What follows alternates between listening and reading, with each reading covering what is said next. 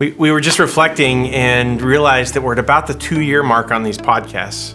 We're at the 14th year of this firm, but the 2-year mark on these podcasts. And it's interesting. They're little time capsules over the last 2 years of what was in our heads about every other month. And it'd be neat for us to stop for a minute and say, well, how have things changed and what's different? Maybe you could start, Ryan, by sort of reflecting on what got us to here, maybe specifically the long-term friendship and 40 years of personal history between the two of us. Well, and before I hit that, I was just thinking about one thing that hasn't changed in the last couple of years. We're still here. These chairs. These hideous, wonderful chairs. Have probably been in almost every podcast we've done. Yeah. Eventually they're going to come back into style. Yeah, exactly. Well, so we started as friends in third grade. We've had a lifetime of growing and evolving in our friendship, our relationship, and then our partnership. We have our third grade picture framed in the break room, by the way, of the two of us. So it does go back a really long ways. Yeah, and there's that kind of adage, if you're not changing, you're not growing. Yeah. And one of the things that's changed is over not even the last couple of years, but really over the last 5 years, is we've always been fortunate to have an exceptional team of people, but we have started to be able to earn the right to have people at that top tier in our organization, and people who come with a wealth of knowledge and perspective and wisdom. And that's been great. It used to be you and I riffing off of each other about where are we investing, what are we seeing, what are the opportunities, what are the risks, and now we're able to draw on such a deeper well of knowledge. Yeah, I think of the sole owner of a company, a person who just builds their own company on their own. And since we've always had this partnership, I've always viewed that as such a isolated and lonely spot. Yeah. Just out there on your own. You're the one calling the shots. No sounding boards. You in your own echo chamber of your head. Yes, exactly. And the people around you. And we've been so fortunate to have this partnership that allows us to have that see the value of that shared experiences and perspectives and challenge. Yeah. And so as we've added more to that over the last couple of years, or last several years, it's been really rewarding to be able to multiply the value of that. It might go without saying, but building a business is really hard. Like 9 out of 10 businesses fail. I could have never done this on my own. This partnership has been so important, just emotionally and like the camaraderie of it, but to show up every day to purchase, own, manage, lead $500 million worth of real estate, 55 people, to run a P&L, to make a profit, to deliver on what you promised to investors is an epic undertaking. And these last 5 years have been tremendous in growth. And you spoke to the quality of our team, but as we speak, they are managing and running and leading and watching that $500 million worth of buildings. They are painting it. They are fixing it. They are pushing rents. They are dealing with tenant issues or complaints or problems. And getting the organization to this level of scale has been it's been a special journey. And I think we're in a much better spot to scale to that next spot, because getting to this piece of complexity, I think solving that will be much harder than the next few steps up. Yeah. What about our relationship? How's that different or similar? I would start by saying it used to be, there was a time when we sort of did everything. Like we were tag teaming everything. Yeah. And over the last several years, we've evolved into our particular strengths, and we've specialized more. We went from originally being specialists to generalists, and now we're sort of back to being specialists because there are generalists in the firm that and that allows us to be world-class at the things we are world-class at. What do you think? Yeah, I'd say the exact same thing in a slightly different way, which is that we've been able to slowly gravitate toward our natural highest and best value, our highest and best use.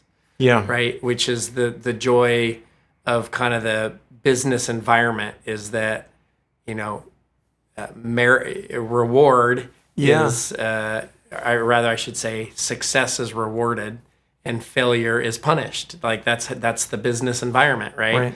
And with that, as we've evolved over time, I can think of times where I have had to work on aspects of the business that weren't my natural competency. Yeah. And I struggled and muddled through it and made the best of it.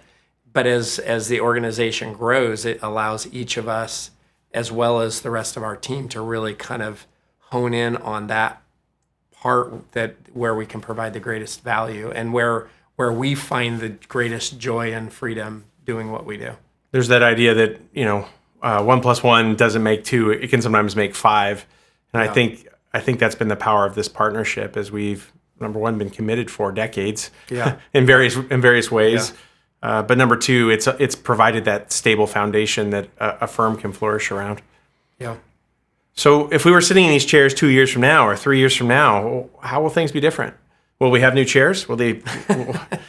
I know 2 years ago. 2 years ago, I didn't need these glasses, and now apparently I need glasses. So I don't know what it's going to be like 2 years from now. You're just trying to keep up with me. I know. Yeah, that's the difference. Yeah, it's interesting because we've seen a lot of growth over the last 5 years, and it's been fun. It's been challenging. It's been rewarding. I do see over the next couple of years kind of maybe a more moderated growth. Yeah. And that's reflective of a few things. One is that the market is not this frenetic, hot market. It's a more tempered, you could say thoughtful, selective market.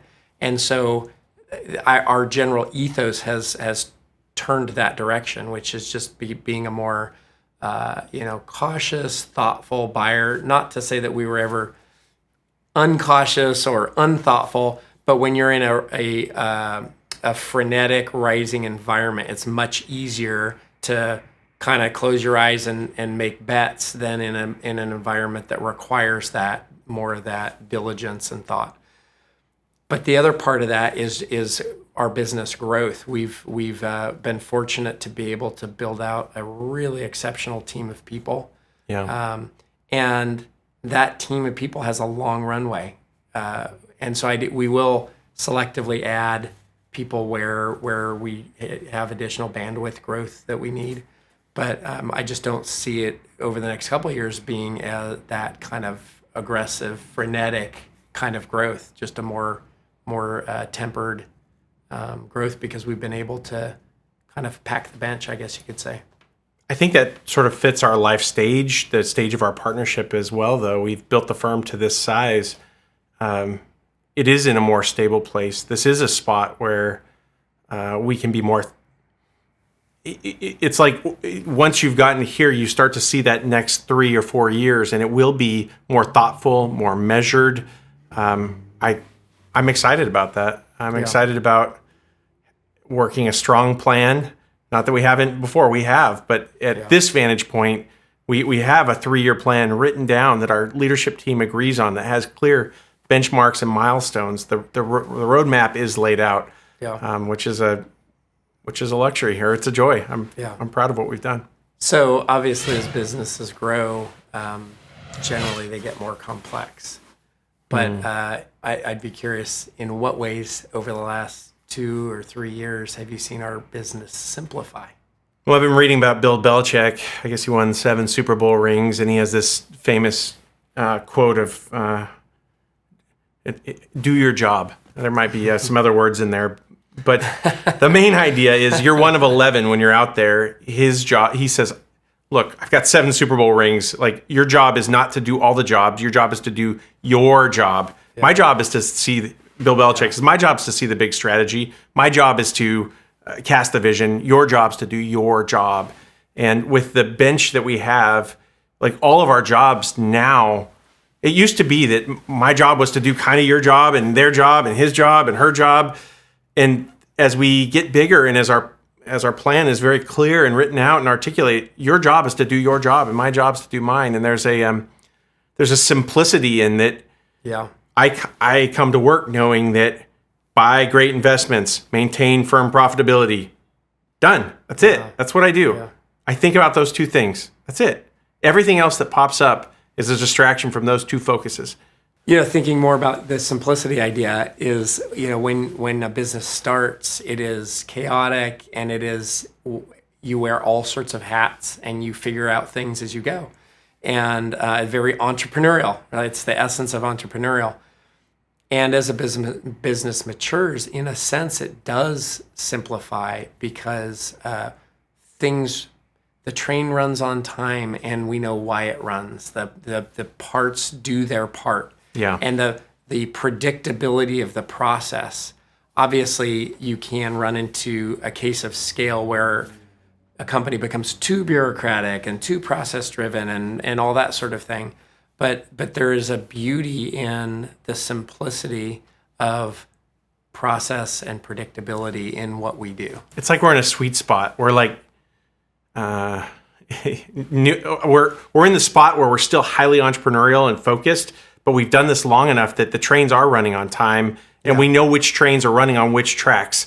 So you can live in both worlds. And over time, we're going to feel probably pressure to go the other way, which is more bureaucratic, more trains on time, less spark of entrepreneurship, less joy of innovation. So the challenge for both of us is to maintain that, to live in that happy middle, that both and, where the trains are running on time and there's the spark of innovation, but it's the right amount of both. And I think for many years to come, we will be able to do that. And I think that our partnership will be really important in making sure that we do that. And it'll be fascinating to see how this conversation goes 2 years from now. I'm sure my glasses will be thicker. Thank you for listening to Durable Value, an investors podcast, where we demystify commercial real estate with safe, sound investment strategies to help you balance your portfolio. If you enjoyed this podcast, be sure to rate it on iTunes or wherever you get your podcasts.